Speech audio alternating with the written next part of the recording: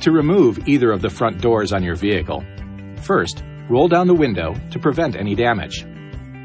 Find the supplied toolkit inside the center console and use the number 50 Torx head driver to remove the hinge pin nuts from the upper and lower outside hinges of the door. You'll find a fastener bin with dedicated slots to hold each of the hinge pin nuts located below the rear seat. You can stow them in the slots provided. Next, find the plastic wiring access door under the instrument panel. Slide the cover straight back toward the rear of the vehicle to detach the tabs and remove the cover. Do not try to pry it back or outward, or you could damage the plastic cover. Now it's time to disconnect the wiring harness. First, push the locking tab upward to unlock the harness.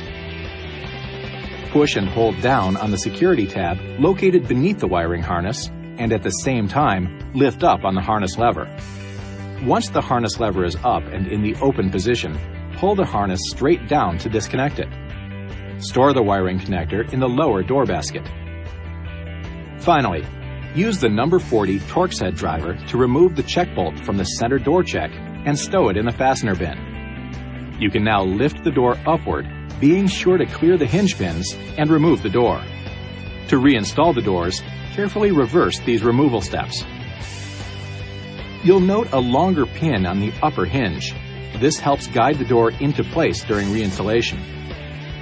Keep in mind, these doors are heavy. The help of a second person is recommended. Please use caution during removal and reinstallation. This video is not intended to take the place of your owner's manual.